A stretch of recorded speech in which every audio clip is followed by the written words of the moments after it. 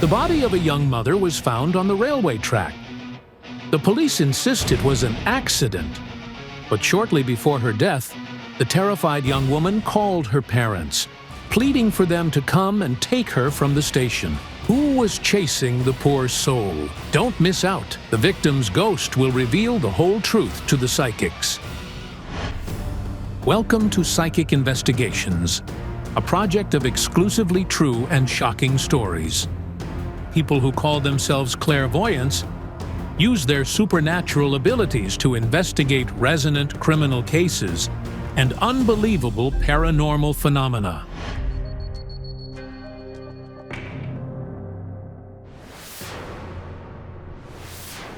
In the autumn of 2015, an awful tragedy occurred in a small Ukrainian village.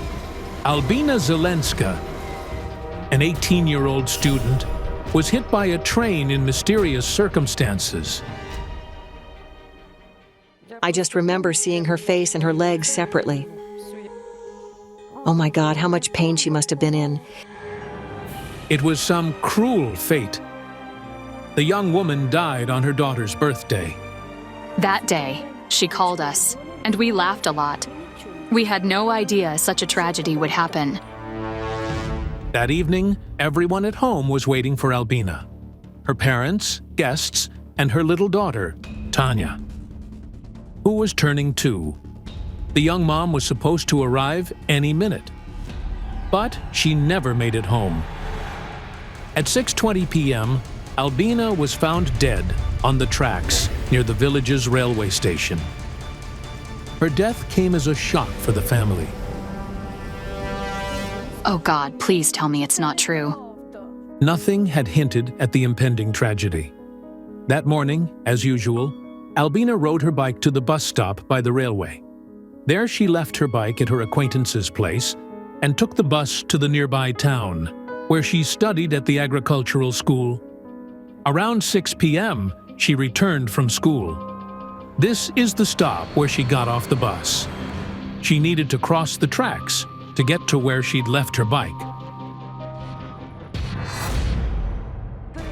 Everyone crosses the tracks there to get to the other side. A freight train was standing on the tracks, waiting for the switch to be thrown. After the train moved, the driver didn't even notice it had hit someone. There were no witnesses to the tragedy. The passengers from the last bus that Albina arrived on went in the other direction. A commuter train was following the locomotive, and its driver discovered the body on the tracks. According to the forensics, the girl's torso was severed in 2 by the train. Death was instantaneous. No one could ever think that this would happen.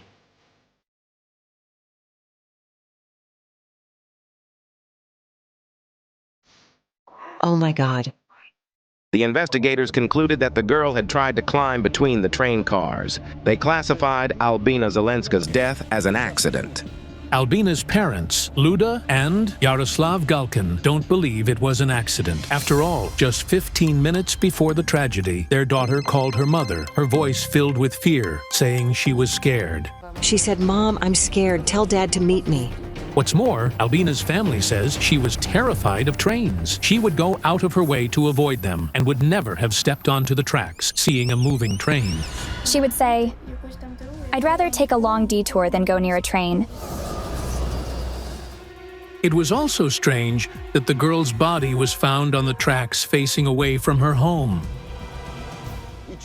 Why was she lying facing away from the house? It seems that Albina reached the courtyard where her bike was, but for some reason she turned back without it.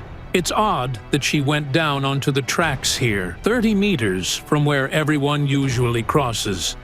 This means that Albina crossed the railroad tracks twice. First, from the bus stop towards her home, and then, for some reason, back in the opposite direction. Something, or someone, made her turn back.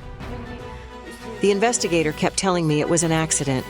The investigators simply chose not to bother themselves with finding explanations for the inconsistencies. When Albina's parents mentioned their daughter being scared, the detective's reaction was strange. He told me she just felt her death. As such, the criminal case was closed due to the absence of a crime. What's most surprising is that, having died under such horrific circumstances, Albina appears in her family's dreams, saying terrifying things. She told me more than once, "I'm not alone." Albina's parents want to know what really happened to their daughter on her little girl's birthday. I really want to reach out to the psychics for help. Psychics Olena Kurilova and Rubina Cibulska have agreed to help the family. They will work with unique footage. Albina's friends recorded these scenes just hours before her death. I see a girl with a blindfold on. She's searching for something. I don't understand. Is it a man or a woman removing the blindfold? She's scared. There's someone faceless in front of her. When I tuned into Albina, I saw a girl in a white dress. She enters a white room and sees some writing in red on the wall. She moves closer, trying to read what it says, but she can't. The letters seem to be dripping down the wall like paint. It's all very ominous. Olena, someone is standing behind you. Who is it? The connection is lost. We couldn't reach Olena Kurilova for a long time. An hour later, the psychic called herself. What happened? The power went out and I lost my mobile signal. Thank God everything's working again. I saw a shadow behind you. I felt a chill run down my spine. And I heard the phrase, "The truth will be revealed when water flows." The psychics have arrived in the village where Albina lived with her little daughter, parents, 3 younger brothers, and a sister. She divorced her husband last summer. As psychics approach the family home, they're met by the villagers. These people also doubt that Albina's death was an accident. Everyone is here for justice. Hello. Hello. We've been waiting for you. Look into the mirror. I need to tune in. Give me your hand.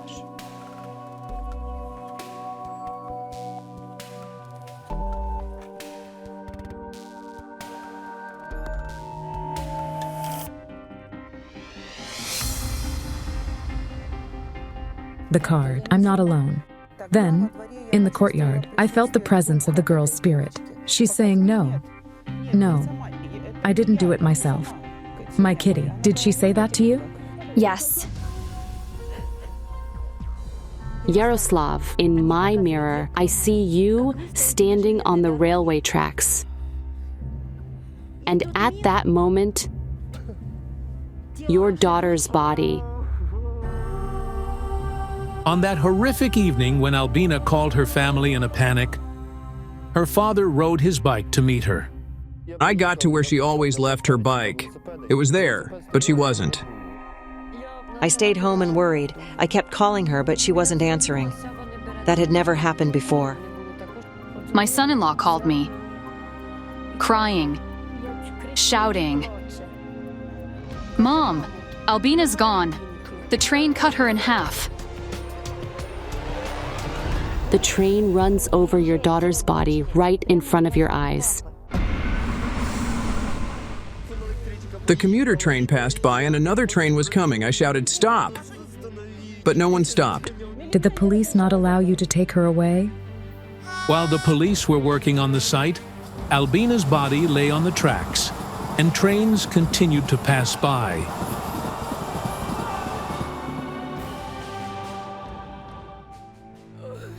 Oh God, why didn't you tell me? I didn't want you to know. Luda! They wouldn't let anyone go near her. They held us back, saying it was dangerous. I was shouting, "Stop the train!" But no one listened.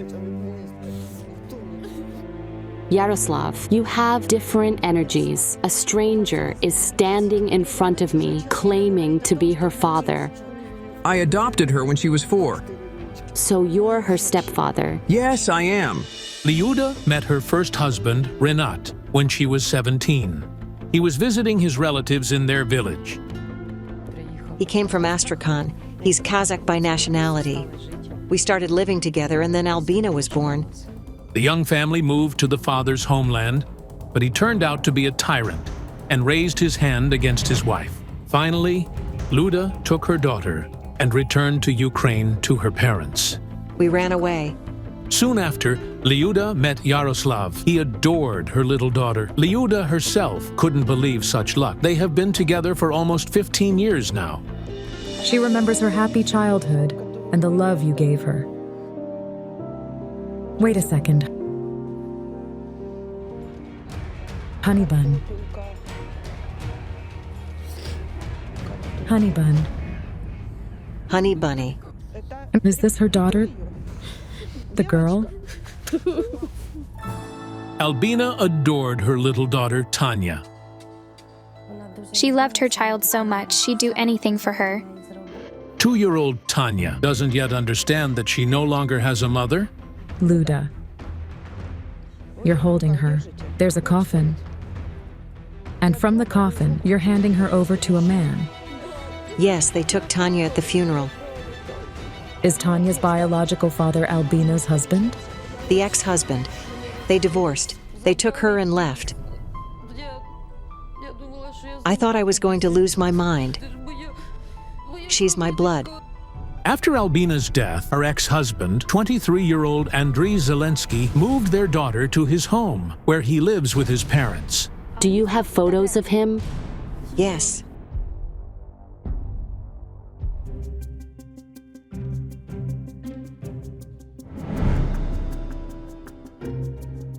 I see him standing with a dead person in front of him. We need to see him. Where is he now? At work. It turned out that Albina's ex-husband works as a locksmith at a gravel plant. We arranged a meeting with him. Hello. We're here about Albina. I saw you standing. It was dark, night. And there was a body at your feet. Did you kill your wife? No, I fought in the war in the East. In the war? Yes. And was there an explosion or torn bodies? Rubina, that's where your vision comes from. When we were there, yes, a guy was killed near me. And she felt it. It surprised me a lot. Not many people know about it. Her love for you. She loved you very much. She married you for love. Yes. So why did you divorce? Well, we had a stupid fight. What was the reason for the fight? Could we talk about this privately? Sure. Albina met Andriy, who was 5 years older than her, when he returned from the army. They were introduced by friends. Andriy saw the young beauty and immediately fell in love. Soon after, they got married. Tanya was born. They bought a house, paying for it in installments. Did you have those crazy jealousies? Yes, I loved her. I loved her madly. The jealousy started when she went to study at the technical school. Andriy was drafted to serve in the army. It was hard for Albina to be alone with her baby daughter. Her parents and cousin Slava helped her. The young man chopped wood and fetched water from the well. Andriy found out about this. He started getting jealous of Slava. She said, "But he's my cousin. What are you talking about? They grew up together, and they were always together as kids." I clearly heard the phrase, "I'll kill you." Do you understand? Well, maybe somewhere, sometime, something like that slipped out. Nothing in life is worth killing someone over. In the summer, Andriy came home on leave, and that's when they divorced. Until the last day, even until the last day when we were divorcing, we were still together. You went to divorce together and then you came back together. That's how it happened. You loved her, damn it. You know, I feel like you still love her. I do. He thought when he came back from the war, he'd talk to Albina and apologize. Where were you when it happened? In the East. When I found out, I went home immediately. There was someone there. It wasn't Andriy. I'm more than sure it wasn't Andriy. So who is responsible for the death of 18-year-old Albina Zelenska? I see her.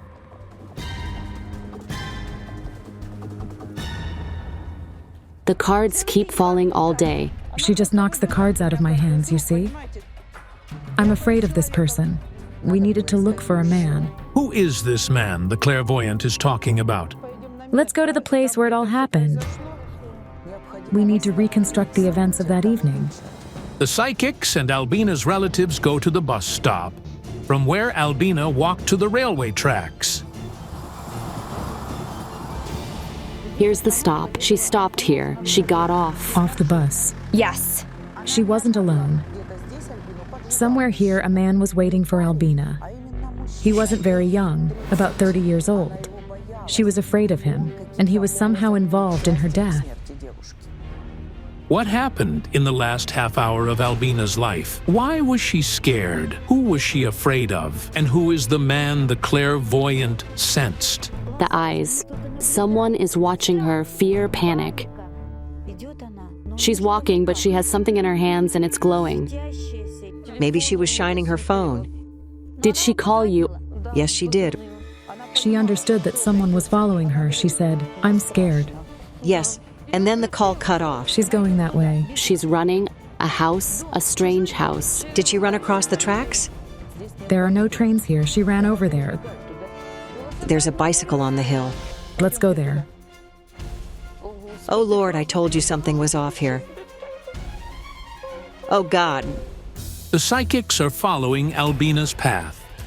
Here is the house where she left her bicycle. Her hand didn't touch the bike, you see?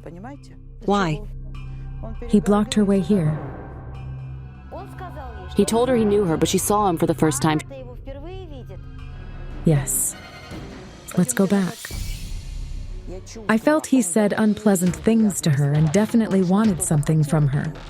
It wasn't money, so it wasn't a robbery. I sensed just animal fear. Albina was petrified. She turns around and runs back where there are people.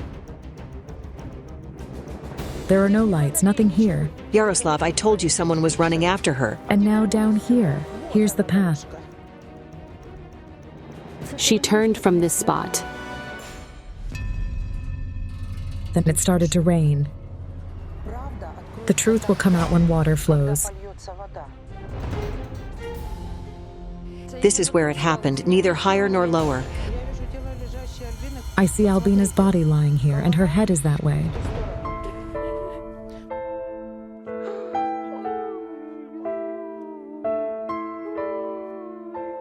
Oh, oh, oh, my dear baby. Bring water.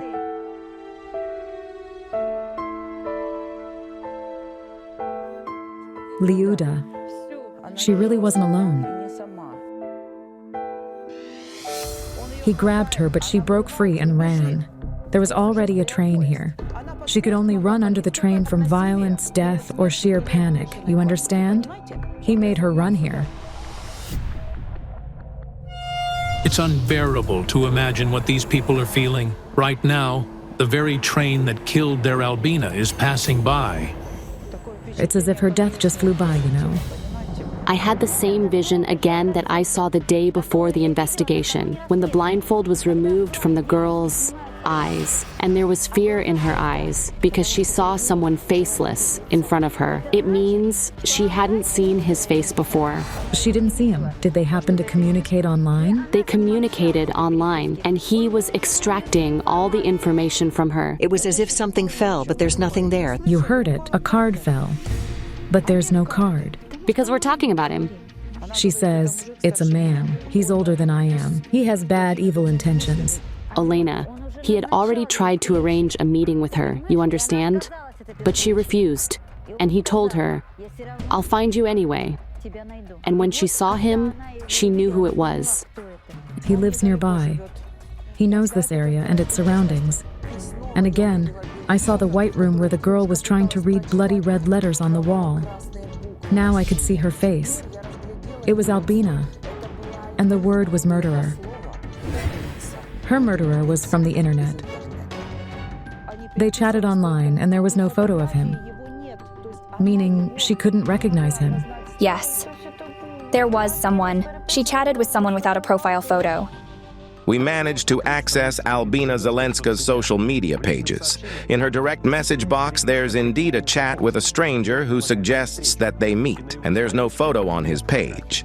This may be a coincidence, but we urge the police to pay attention to this striking fact.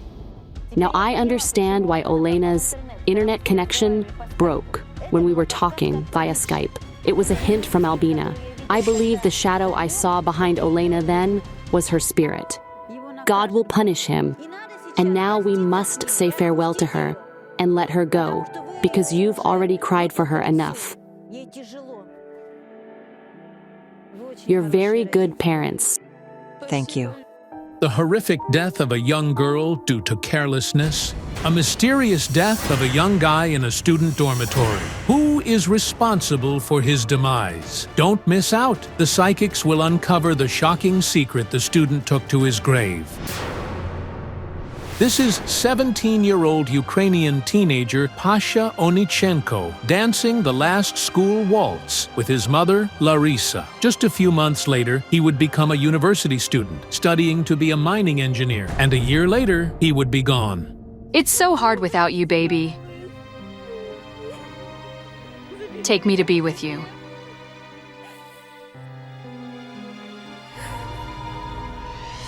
Pasha had just completed his first year of studies, and he and his classmates were going to go to do their summer practice. But, as it was later discovered, he never did it. He was found hanged in the dormitory, in the room where he had lived throughout the academic year. According to the forensics, the young man's death was due to mechanical asphyxiation. The detectives concluded that he committed suicide. Nevertheless, even a year later, Pasha's parents, Larisa and Serhii, still can't believe that their son could have taken his own life. We go to the cemetery each Saturday. Life is no longer life, but mere existence. The parents can't understand how this could have happened to their son. After all, Pasha dreamed of completing a university degree and taking them to live in the city. Besides, he planned to marry. We don't believe he could have done it himself. No one believes it. He was such a lively person, always joking, always positive. He would have never committed suicide. The bruises they saw on Pasha's body before the funeral only fueled his friends and family's suspicions. A black eye, a split lip, a bruised chin, and a dislocated thumb on his right hand. He had a wound on his head. His face was all bruised. Almost all the villagers attended Pasha's funeral. They are convinced the boy was murdered. However, the police detectives claim otherwise. All they cared about was to close the case as soon as possible. It's impossible that Pasha could have done this to himself. Besides, Pasha's mother sees her son in her dreams every night, and he keeps telling her he did not take his own life. He says, "Mom, I never wanted to do this. I really wanted to go, but I failed." Desperate to find out what really happened to their son, the parents emailed the psychics. We don't know what else we could do. Psychics Yakiv Schneierson and Ilmira Derbentseva take up the case. When I tune into the boy, I see a struggle. I see someone's hands on his throat. Most likely those hands helped him leave this world. Was Pasha indeed murdered? But who did it and why?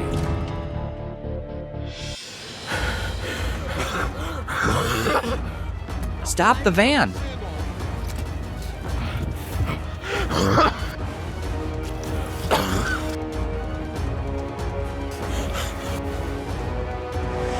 What did you see?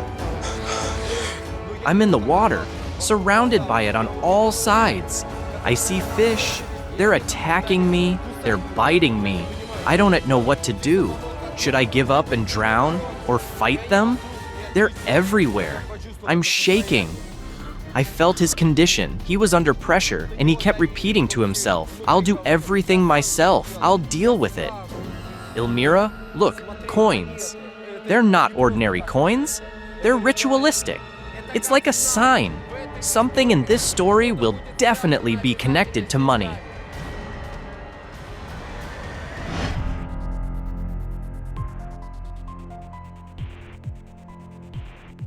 Hello. Please come in. Help us figure out what really happened.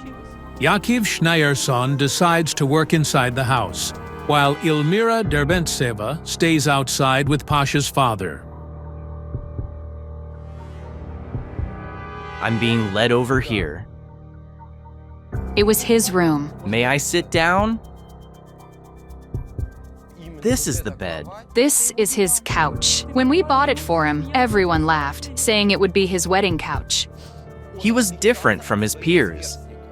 He wanted to do everything for his family. Immediately after he entered the yard with his suitcase, I'd see him riding the scooter somewhere, mowing the lawn. He took care of all the chores. He would mow the grass and help his parents with everything. He was very hardworking. He was very apt. If Pasha had stayed in the village, nothing bad would have happened to him. Everyone considered him a joker and a prankster, but in fact, deep in his soul, he was very sensitive. But when he got to the city, he found himself in some harsh struggle. But what trouble did Pasha get into? And did he really take his own life? Or was he hanged by someone else?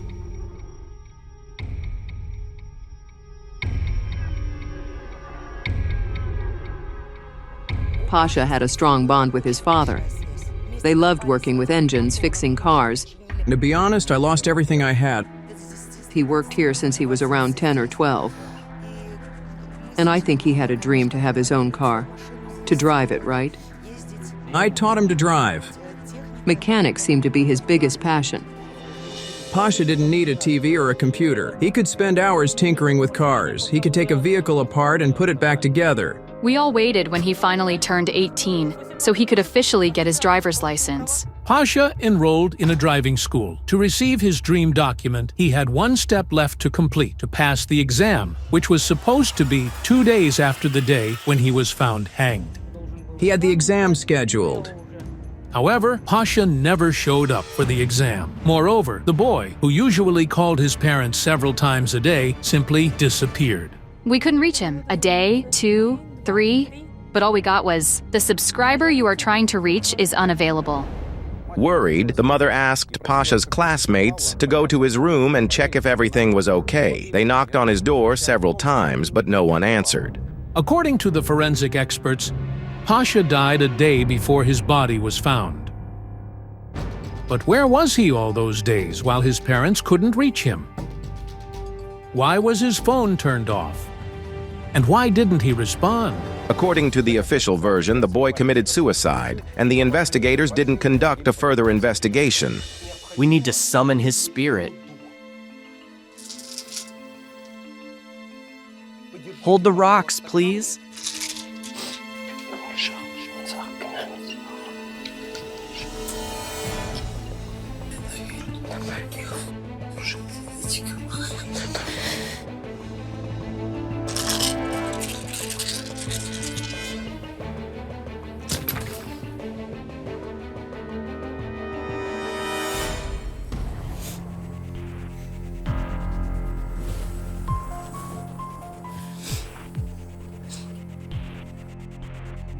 I see that.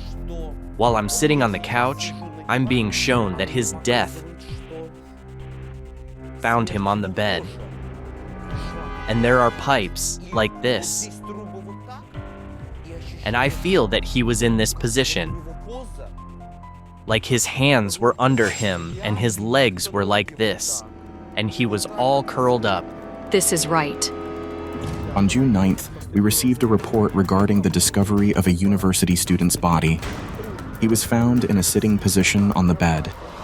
I sense that a few days later, something blind, like an animal, came to visit you. After Pasha's funeral, a blind kitten came to our house. It lies down on my chest all the time. Dead people's souls often return to their loved ones in the form of animals. Pasha came to his family as a blind kitten. Let's go.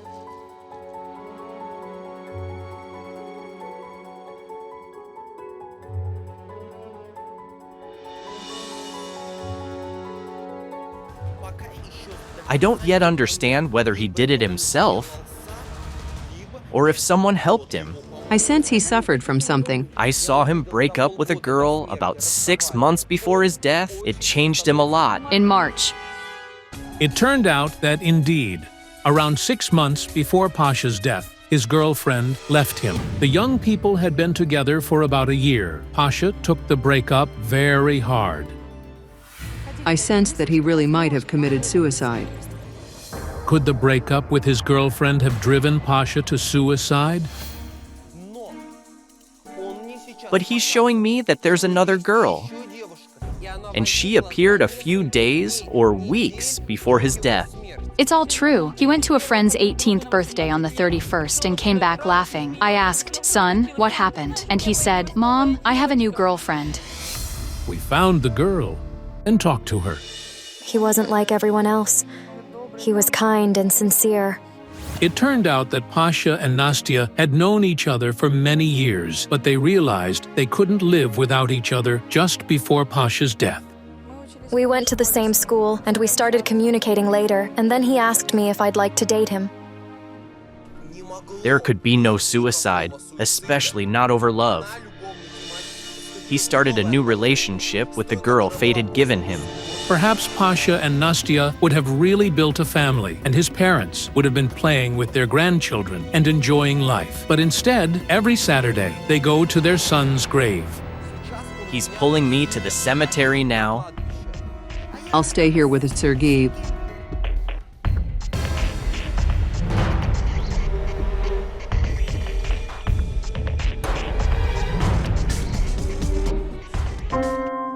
Hello, my dear. Tell them everything, my dear boy.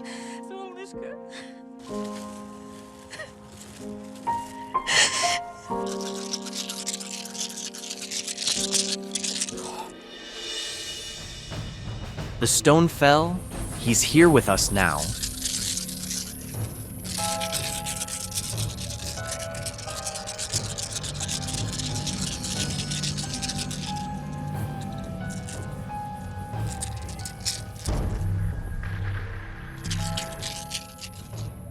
Pasha, show me the day of your death.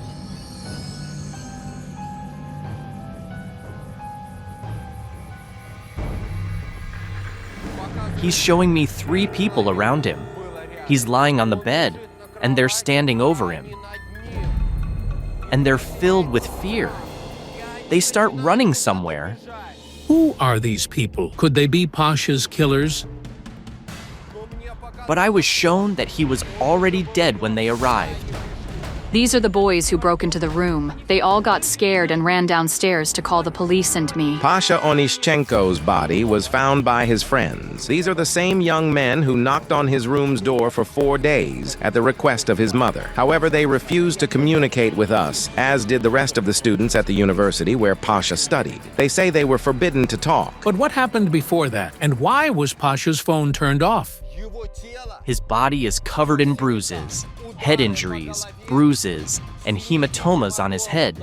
His lip and right temple were split. He received a blow here, and it seems something also happened to his thumb. His thumb was twisted, displaced, but the police said it was a result of the effort from hanging. Could the police officers have made a mistake? I need to see the dormitory, to be in the place where he was at the moment of his death. But it's late. It's 11 o'clock in the evening.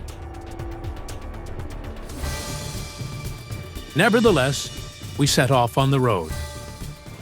The next morning, the psychics continue their investigation and go to talk to the supervisor of the dormitory where Pasha was found dead. Hello, this is Psychic Investigations. Larissa reached out to us regarding her son's death. We'd like to see his room. I need to inform the university directorate. We can wait. It turns out, getting into Pasha's room is extremely difficult. They don't want us to find the truth. I clearly realized that everyone around was afraid to bring up the topic of Pasha's death, and only at the end of the investigation did I understand why. I need to get out of here. I need to tune in.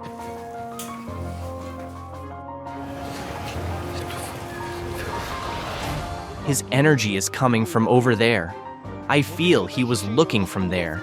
He wanted to run away from there. He often told me that when he came back to his room, there were a lot of strangers there. So he would leave the dormitory and go for a walk because he didn't want to see them. But who were those people, and why did Pasha avoid them? Finally, the psychics were allowed to enter the room where Pasha lived and was found dead. However, we were forbidden to bring in the cameras, so everything that happened further had to be filmed on a mobile phone. When I entered the room where Pasha lived and where he was found dead, I felt like I was in a vice.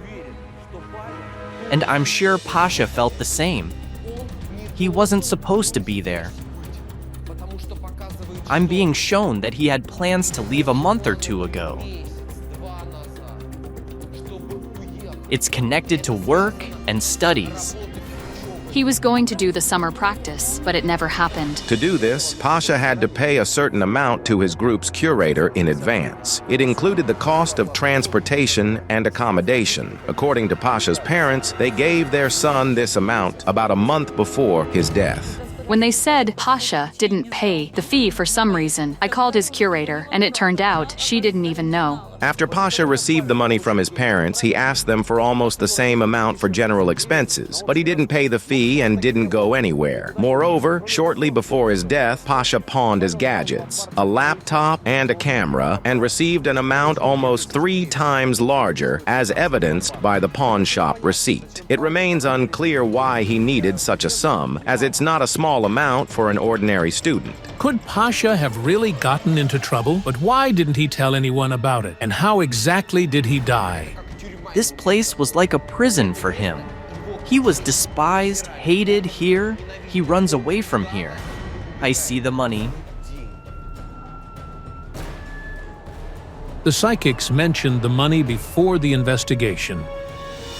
It seems to be a certain sign. In this story, something will definitely be connected to money. He had a money problem about a month and a half before his death. It bothered him greatly, and he didn't know what to do. I'm being pulled over there. There's a room full of computers. I'm being pulled there.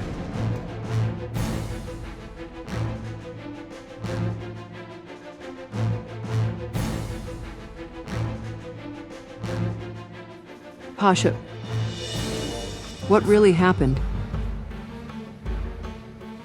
I'm ashamed. I'm very ashamed. I thought I could handle it myself.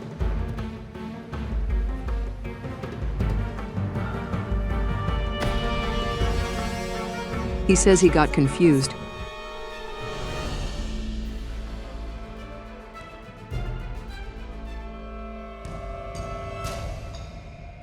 Larissa, I feel that this is where he played. He just needed to get away from the problems that loomed over him. He liked it here. We spoke to Pasha's friends and found out that he wasn't a gambling person and didn't have any debts. He might occasionally go to the internet cafe just to relax. Yakiv Schneerson goes back to Ilmira Derbentseva. I see him being punched. He receives a blow on the head, and he falls and hits his right temple.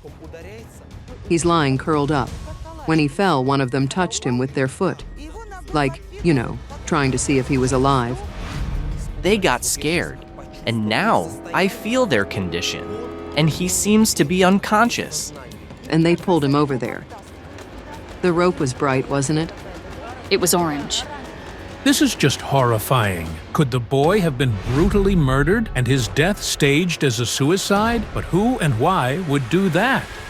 I see them taking him and placing him like this, and his position is unnatural. They're masking everything as suicide, and I see them taking his things, creating the illusion that he killed himself. Does this mean Pasha was indeed murdered and then hanged, after which the killer or killers fled? Moreover, an empty vodka bottle was on the table. According to the autopsy, there was no alcohol in Pasha's blood. But how could such a thing happen in an ordinary student dormitory? And most importantly, who killed Pasha and why? They break into his room and demand money from him. They say they'll increase the sum if he doesn't pay. They threatened him. I heard the words, "You'll repay it." I felt that older students or outsiders demanded money from those who were weaker, like first-year students. I saw fish attacking me, and they started biting me. I didn't know what to do. Should I give up and drown or fight them? They're everywhere. They're putting pressure on me. He tried to get out of it himself, but he couldn't. And then I see them coming and demanding money from him. He gave them the money Larissa had given him to pay for the trip. Then they demanded more. He sells his gadgets and gives them the money he got for it. They blackmailed him. Yes, they had a leader. He's older, dark-haired, with a part in his hair. Sharp features, a thin, sunken nose, and sunken eyes. And two younger men. One of them is around 20 years old. He does sports and studies here. He lives in the dormitory. He's the one who hit him because he does sports. I have a feeling he does either martial arts or mixed martial arts. And the third one, he's absolutely unremarkable. He's fair-haired and skinny. Could the poor parents have known that sending their son to study, they were sending him to his certain death? According to the psychics, the modest rural boy simply could not stand up to the stronger and more brazen residents or guests of the dormitory, who humiliated him, took his money, and finally killed him, staging it as a suicide. We are so grateful to you for clearing our boy's name. We will take action. We contacted the local police, asking them to review the case and pay attention to what the psychics sensed. The mutilated body of a young beauty was found beneath the windows of a high-rise building. Who is responsible for the girl's death? Don't miss out. This modest house is home to the Pleshakov family, Lydia, Valery, and their 6-year-old son, Arseny. The couple is expecting another child in 3 months, but the joy of pregnancy was overshadowed by an awful tragedy: the sudden and mysterious death of their elder daughter.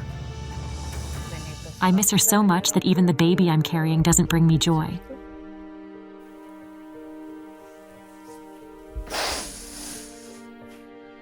Lida's elder daughter's name was Yasya, a green-eyed brunette. She was only 17 years old. Yasya was found dead on the sidewalk near a 9-story building. The investigation concluded that the cause of death was a traumatic brain injury. The detectives claimed that the girl fell from a window on the 7th or 8th floor. Yasya was quite independent. She studied at a vocational school and worked as a waitress in a cafe. Several months before her death, she started renting an apartment in the city center. Her badly injured body was found near the building where the apartment was. The fact that I don't know anything is simply killing me. Several versions of the crime are currently being checked: suicide, driving to suicide, and intentional murder. Yasya's family does not believe she could commit suicide, especially given that, after her death, strange messages appeared on her social media pages. A status update. Don't blame anyone. I made my choice. And this terrible song. The song has the chorus: jump off, don't be afraid, do it now. Yasya's official time of death was 5:30 a.m., but the status on her social media page updated at 7:33 a.m. when she was already dead. Yasya's friends and family are convinced that she was brutally beaten and then thrown out of the building's window to simulate suicide. There was a dent above her left eyebrow which looked like it was left by a shoe heel, a corner, or a hammer, and a bruise under her eye. Yasya's mobile phone was on the sidewalk next to her body. It didn't crash, or at least crack. Even the battery didn't fall out of it. Despairing of the police, Lida and her mother turned to the psychics. They are our only hope for help.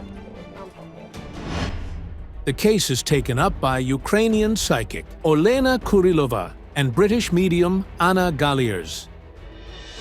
We should be going to the city. Driver, why are we at a cemetery? I don't know. Pull over.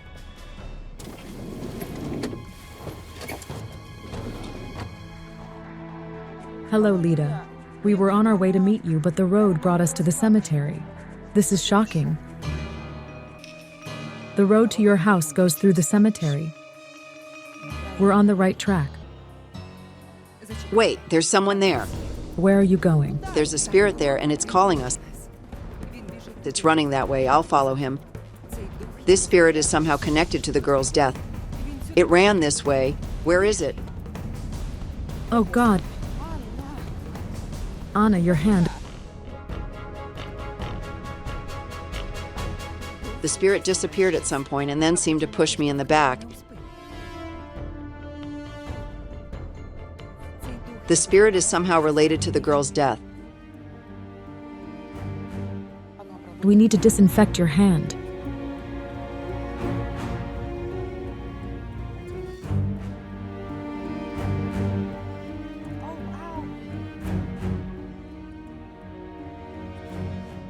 Come on, Lita's waiting for us. Hello. Hello. I am Lyudmila.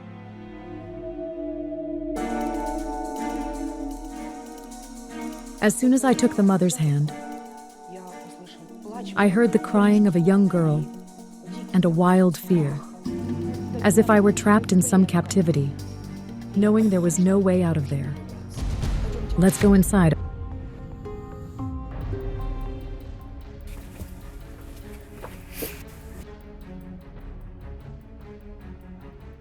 This is her room.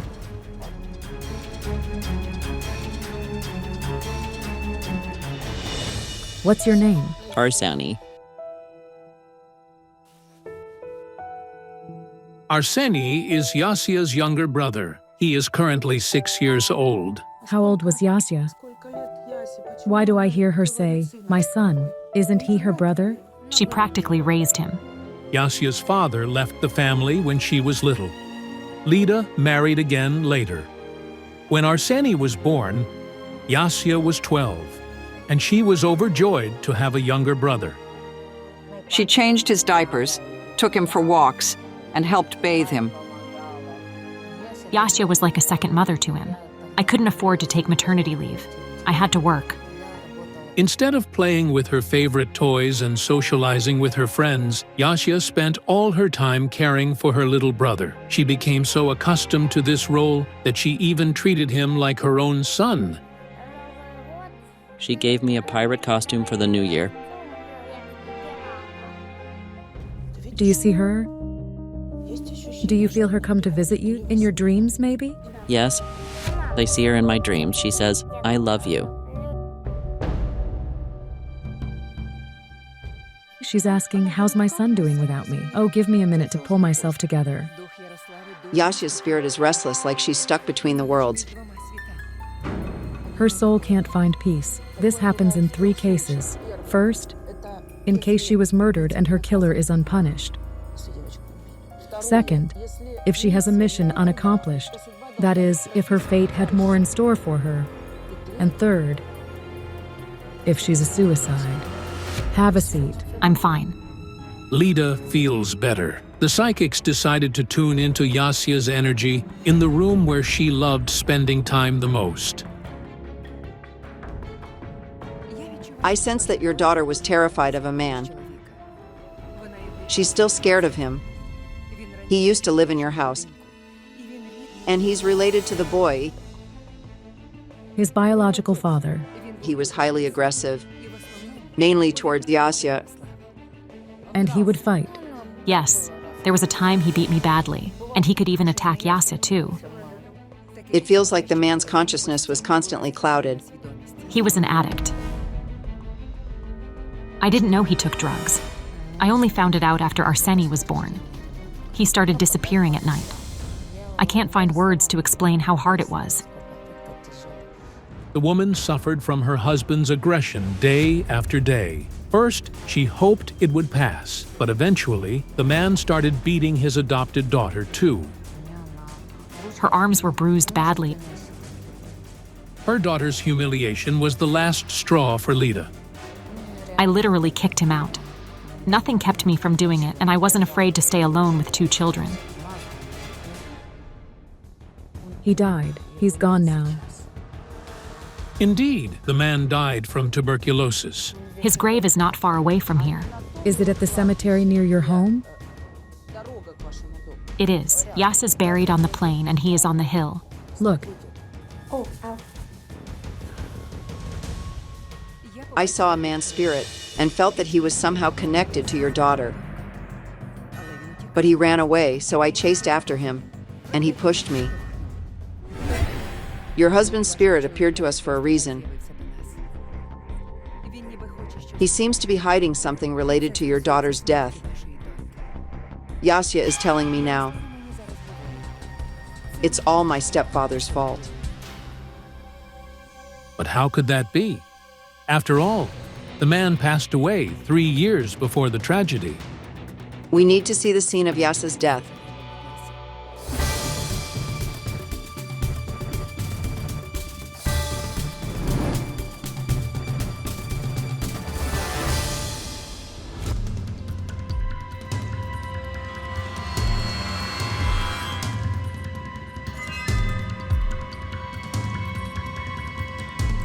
This is where she died. Yes. Here, her leg was like this, and the other one was shattered. It was shattered horribly. Yasya's body lay approximately here, about half a meter from the curb. She was found face down. Her hands were slightly bent, and her right leg had an abnormal shape, indicating clear signs of a fracture. Wait. A man stood next to your daughter's body. He's calling someone. He's very nervous and asking someone to come. I see people in uniform. The neighbor from upstairs went out and saw her, and so we called the police and the ambulance. I went outside in the morning and saw her lying there. The investigators checked the man for any possible involvement in Yasya's death. He has an alibi. I hear Yasya say something. Grandma, bring some sweets, cherry pies. She loved cherry pies. It feels like Yasya spent more time with her grandmother than with her mother while alive. Her grandmother partially raised her. I was closer to her than her mother. Whenever she had any problems, she would always come to talk to me. I don't want to live. I want to be with her. The girl is trying to tell her mother and grandmother a secret from the other world. It's a secret of her death. But she can't. She's still afraid of something. I sense that Yasa had some problems shortly before the tragedy, and you noticed them. She studied somewhere, a college or vocational school, but she started neglecting it. She studied at a vocational school. And she often skipped classes. Yasya skipped too many classes, and because of that, they even wanted to expel her from the school. Shortly before her death, Yasa developed a deep fear. She had some serious problems. She tried to solve them on her own and didn't tell her family about them. These problems are connected to Yasa's death. We had a conversation. She said, "Grandma, I have problems you can't even imagine." I told her, "Let's solve them together." But she said, "Grandma, you have a weak heart." And so she took her problems to the grave with her. At that moment, I saw Yasya's spirit. She was all huddled up, as if frozen, and she was crying. She showed me a building and kept repeating, "They wouldn't let me go." It felt like Yasya was being held against her will before she died. Yasa's spirit is pointing at the building, asking us to go inside. She wants to show us something there.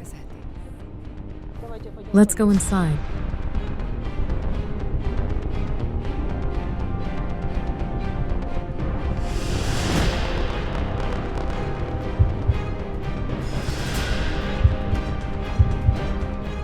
Did she live here?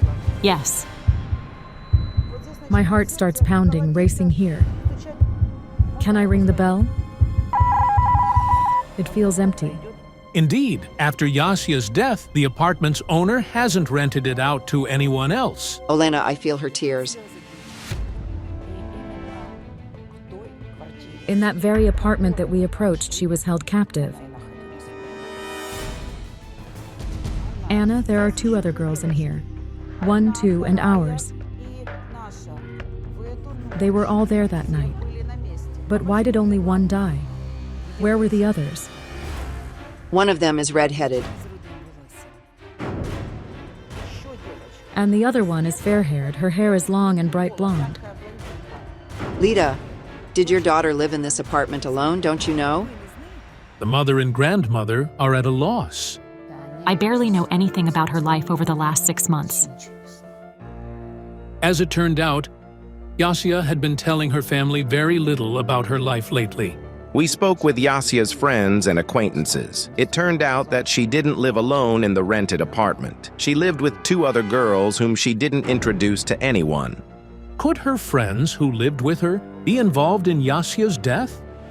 The police checked Yasia's roommates for any possible involvement in her death, but the theory that her friends killed her didn't hold up. We spoke to the girls, but they refused to speak on camera. According to them, on the night of the tragedy, Yasia left the apartment alone, and they don't know where she went or why. I sensed that Yasia had made a lot of money recently. She could afford a lot of things. Ever since she started living on her own, she never came home empty-handed. She always brought me or Arseni something. Literally, a few days after she moved into an apartment, she started having money. According to Yasia's friends, she could spend 1,000 or even 2,000 hryvnias in a day, while her salary as a waitress in the cafe was between 500 and 1,000 hryvnias per month. I would ask her, Yasia, did you spend your entire salary? And she'd say, Mom, don't worry, I have money. But where did Yasia get all this money from? And how is it connected to her death? I had the feeling that at some point Yasia lost everything. I mean, she simply ran out of money.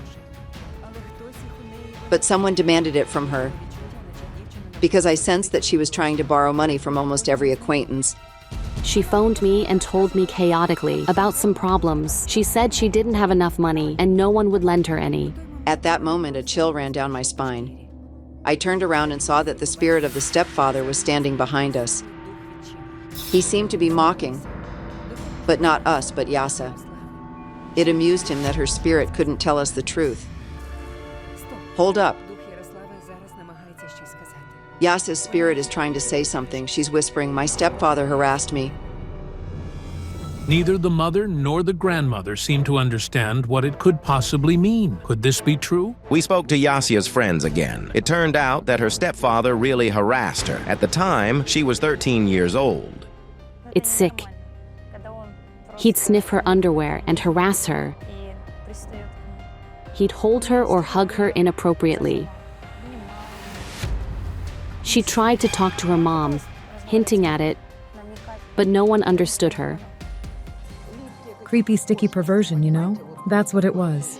My God, this is terrible. This is what the man's spirit was trying to hide. Let me lean against it for a moment. From what Lita heard, she can barely keep herself standing. It's hard to imagine what she's feeling right now. What Yasia's stepfather did to her day after day influenced her fate and her death. I see your daughter sitting in front of a computer monitor. She's met someone online, and then the man comes to her apartment. I'm even afraid to say aloud what I saw at that moment. Men, one after another, came to Yasia's apartment. I don't think it's worth mentioning what they did there. It's quite obvious. And it's terrible. Your daughter was lured into the sex trade by deception. At first, she even accepted it. But then she realized everything. I didn't know it for sure, but I felt it. Because, for example, she'd say she worked but wouldn't say what kind of work it was. And she never asked for money from us to pay for the apartment. The psychics are right. Indeed, 6 months before her death, Yasia turned to prostitution. Her friends confirmed this information to us. The girls in this trade look for clients on dating websites. They invite them to their apartments and provide intimate services for money. One day I called Yasia on Skype to ask her how she was doing, and I saw a man giving her money. And she told me, "Don't tell anyone. We have guys coming over, and we accept money from them for it. We have a madame above us." She was crying, saying, I won't do this. But they told her, oh, really? We've invested in you, so pay us back. and they named her the Sum. The voice saying it is female. And then I realized what kind of captivity Yasa was in before her death. She got involved in the sex trade, and it's like being in prison. It wasn't easy to get out of it, though she really wanted to. They threatened her, saying she had to pay money to be released. And they took everything from her. Everything she had. It's really not easy to get out of this so-called business. Very often, girls have their papers taken away, and due to corruption in the police, prostitutes become slaves. They took away her papers. Did she say she'd lost her passport? She only had a photocopy of it, with a correction that she was a year older. Then how old was she? 17? She was 17, yes. At 17, it's a criminal offense. At 17, she was underage. It's a crime. A term in jail. But they had to trade her. That's why they forged her ID, so it would say she was 18. That's why Yasa was looking for money to get out of the business, to go back home to her mom, grandmother, and brother. But she was given such terms that she couldn't handle on her own. She was looking for money, but she couldn't find the right amount to pay the ransom. And she felt extremely embarrassed to ask her family. I see her walking upstairs. To the 7th or 8th floor. Yes. Let's go up there.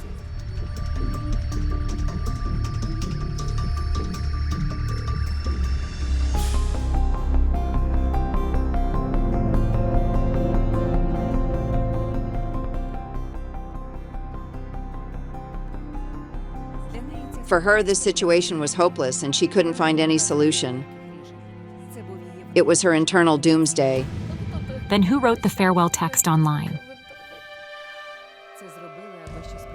It was done to hide something. I see the redhead who lived with Yasa. We found and spoke to Yasya's roommate. She told us that when she learned about her friend's death, she got scared that someone might suspect her of being involved. So she decided to write messages and change statuses on Yasya's page. And why didn't her phone break? Because she hit her legs. Careful, careful. Bring water. Bring us some water. A sip of water. They drove her to it. They forced her to do it, you see? She became an adult too early to be independent. She wanted to help all of you. She genuinely loved you all, and you loved her too. View it as a correction of mistakes. You need to become a real mother, in the full sense of the word. Okay, Lita, let's go.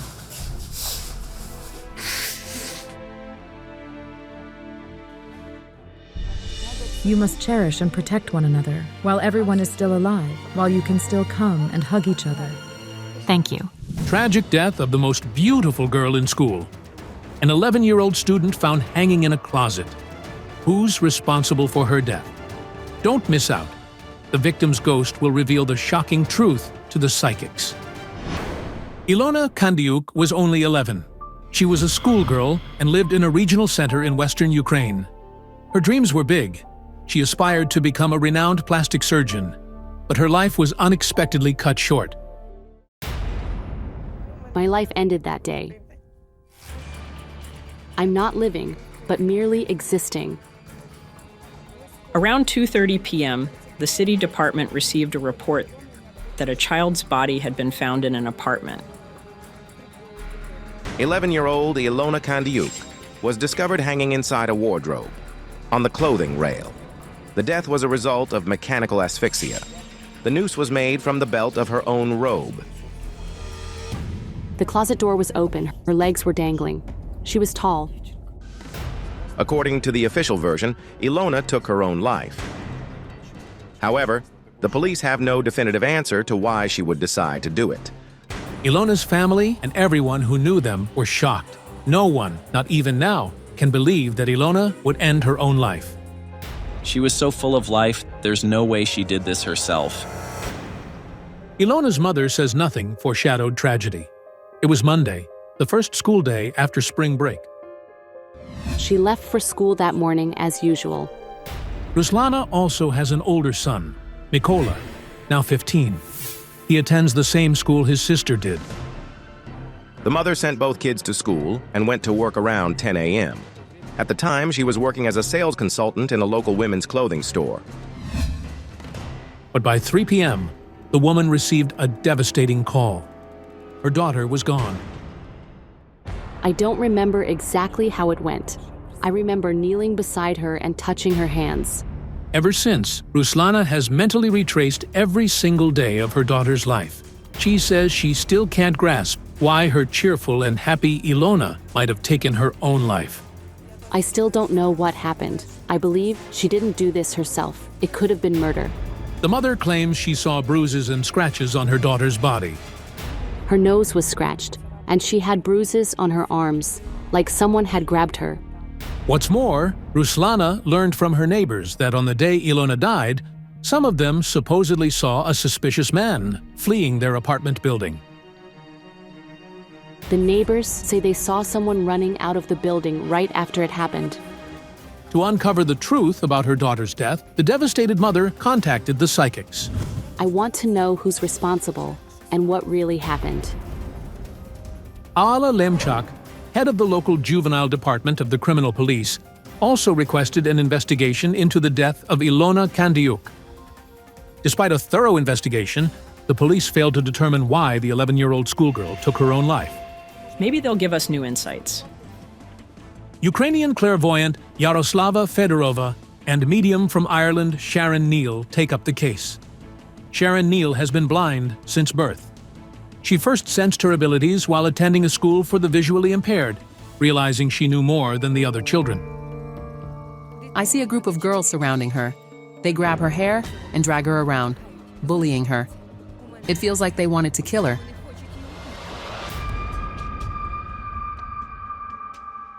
I'm seeing an image of a man. He was near the girl before she died, watching her. To investigate further, the psychics traveled to the town where Ilona lived.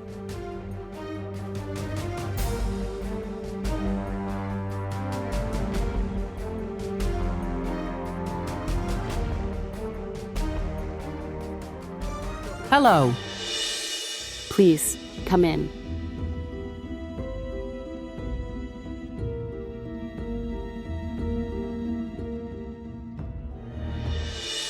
I started tearing up. My heart felt like it was being ripped apart. I must have picked up that wave of emotion from the mother. Since burying her daughter, Ruslana has changed dramatically. She rarely speaks with her family, cries constantly, and nearly every day visits Ilona's grave, which is 30 kilometers from the town. She appeared in my dreams. She told me in a dream that she didn't do it herself. Before her death, the girl saw someone. I feel male energy. The man is very suspicious. I see him loitering near your apartment door. The day Ilona died, there were people in the apartment.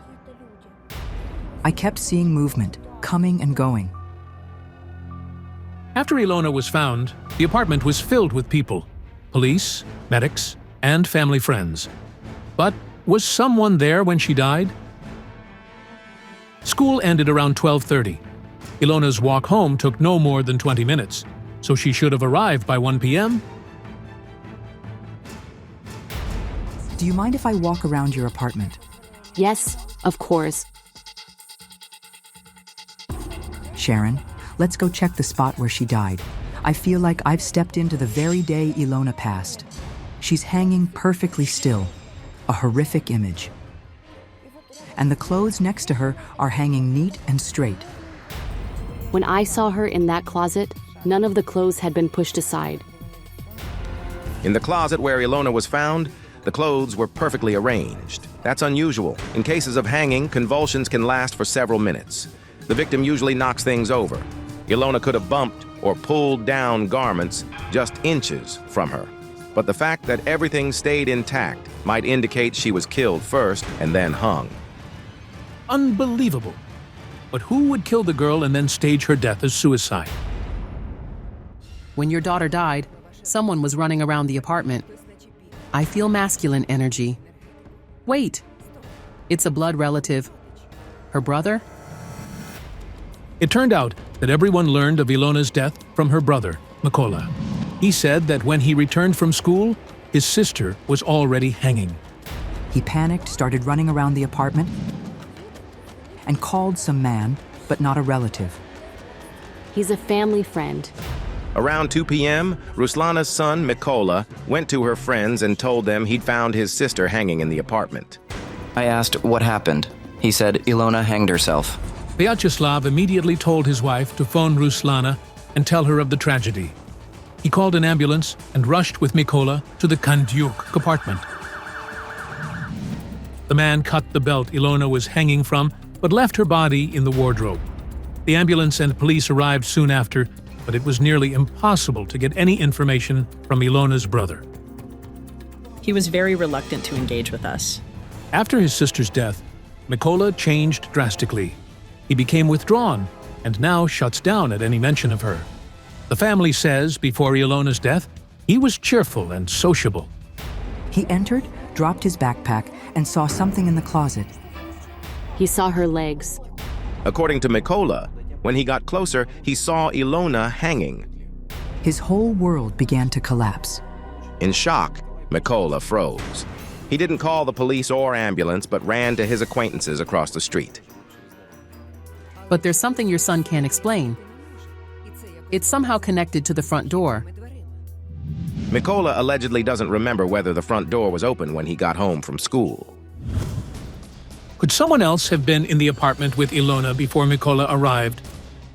Something happened to Ilona on school grounds that day. We need to go to the school. Once free from other duties, Alla Lemchak joins the psychics in the investigation. We really want to understand what happened that day. The psychics, accompanied by Ilona's mother and Alla Lemchak, head to the school where the girl studied.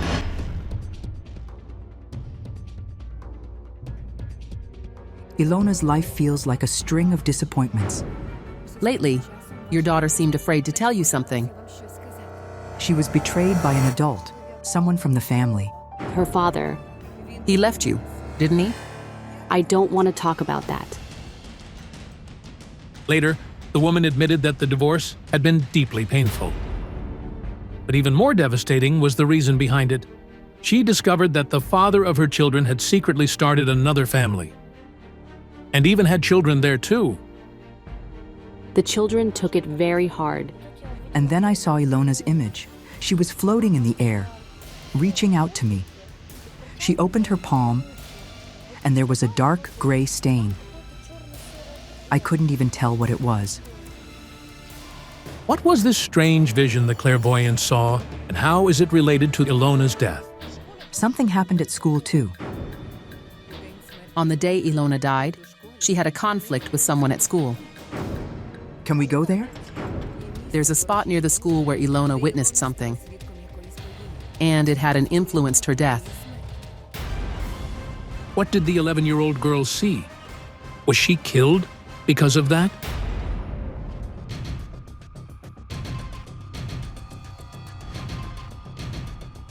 It's a very strange place. Could you take me to the tree?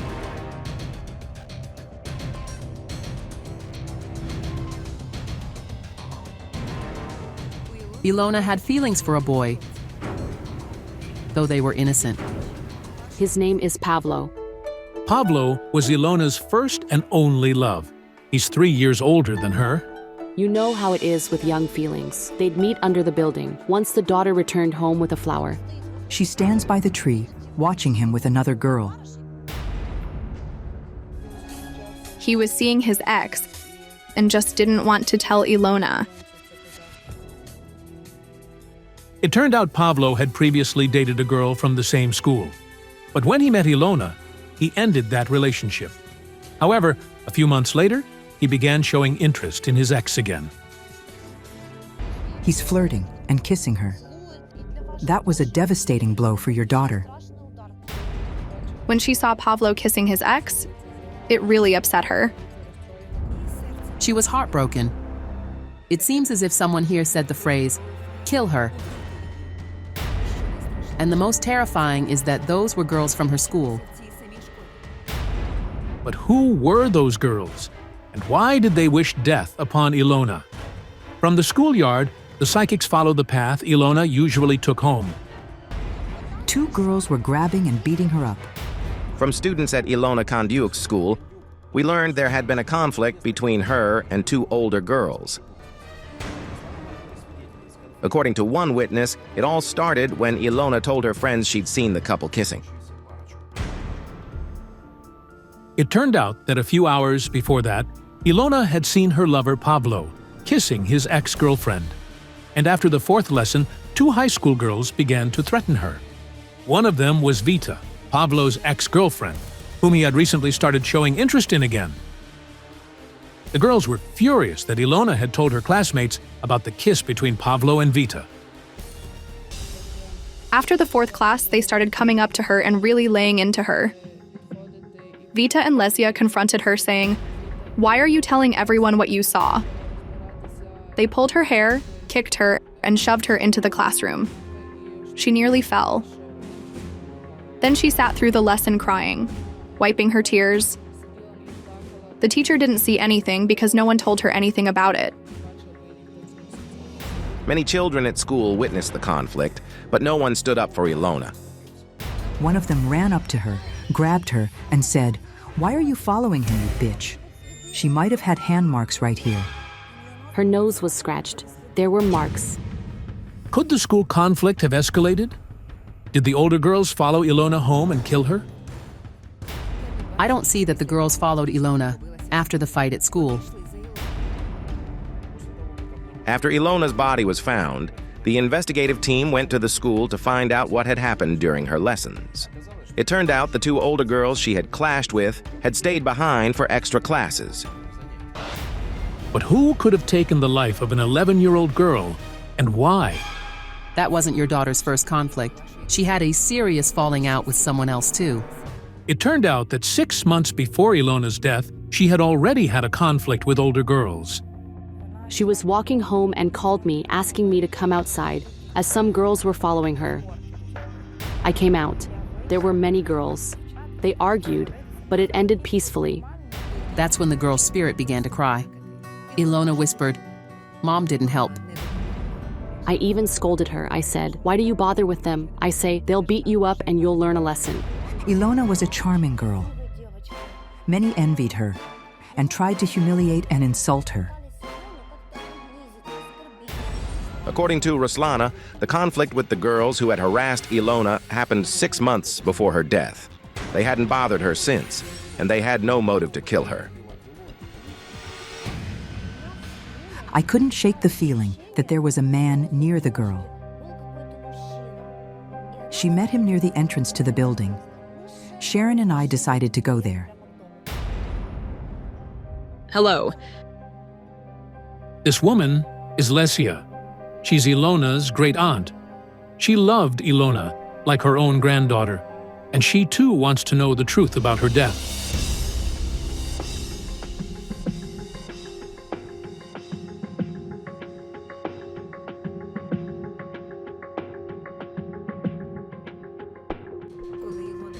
As Ilona approached the building, she was crying. Then a man came up to her. He's local. People will recognize his face. He asked her something like, "What happened to you?" Her eyes were red from crying.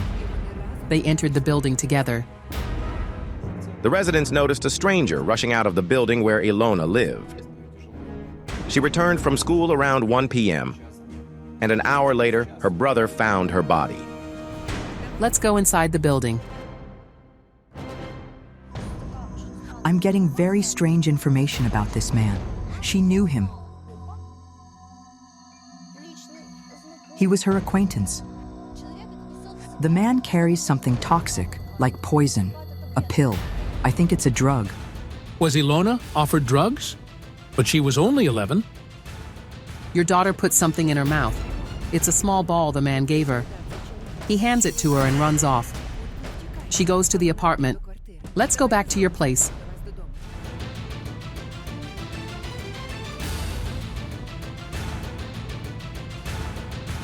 The black ball. She threw it into her mouth, and it's like she turned completely dark. What was that ball? And why did Ilona take it? Suddenly, a girl approached the crew, asking to speak to the psychics. Say everything you need to say. Since last year, we were offered light drugs. We tried them once. I tried them, and so did Ilona and all our party. Everyone was speechless. The project's detective later launched an investigation, and here's what he found. One of the most common light drugs among teens is called Nazve. It comes in the form of small pellets containing tobacco, sometimes mixed with marijuana and chicken droppings. It causes mild dizziness and muscle relaxation. In some cases, it can trigger fainting. It's very cheap, making it accessible to teens. They bought it from some older guy. I don't know who. Could it be the man you're talking about? He's around 25 to 30. Do you know anything else? No, she doesn't know more. Thank you so much. Does it mean Ilona took the drug just minutes before her death? But toxicology reports found no substances in her system.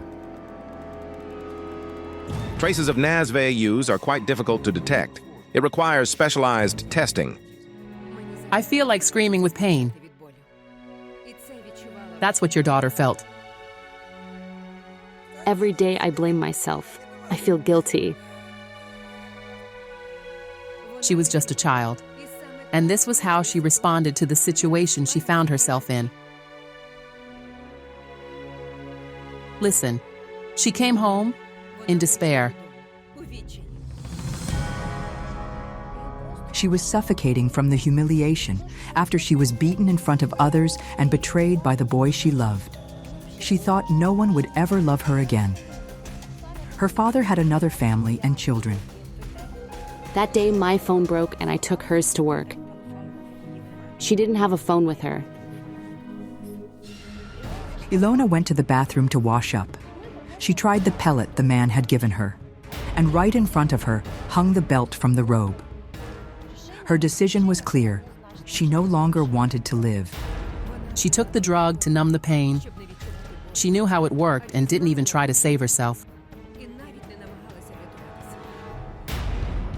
Nazve is indeed known to have a short-term relaxing effect. It's quite possible that her convulsions were much weaker than usual in hanging cases. The drug may have influenced it by relaxing her body. That may explain why the clothes hanging near Ilona remained undisturbed. Does it mean no one killed the schoolgirl after all and she took her own life? I don't want to talk anymore. You wanted a name. But what if there isn't one? So she did this herself, didn't she? Nobody strangled her and hung her in the closet. This can happen to any child going through adolescence without support from their relatives, parents, or teachers. We're deeply grateful. The revelation that the local teens were using Nazve shocked both Ilona's family and police officers, who promised to do everything possible to combat this growing threat among schoolchildren. Thank you so much. You've helped me a lot. Parents need to be more attentive to their children. Sometimes we overlook things we should be paying attention to.